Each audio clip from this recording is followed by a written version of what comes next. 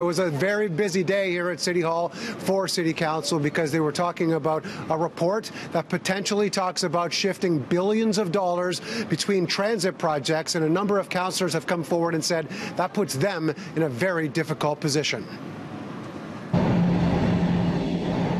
It's been a back and forth public battle over the future of transit in Toronto.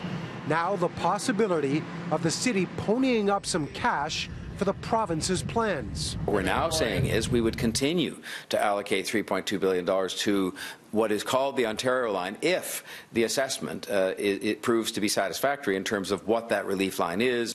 The suggestion comes from a staff report at City Hall delivered at the 11th hour to Council that federal money allocated to the city's priority projects be put on standby.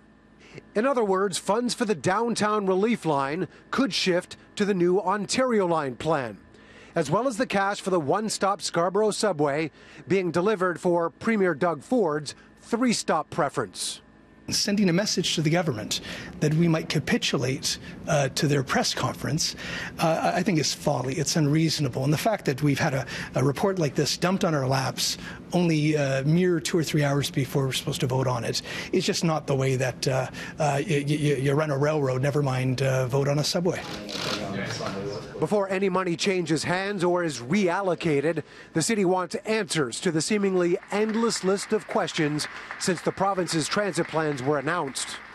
There are many, many unanswered questions, and I think the really important thing which was captured in the questions that I had earlier on is that anything you would do to indicate that you'd allocate money to that project is subject to a satisfactory assessment of that project.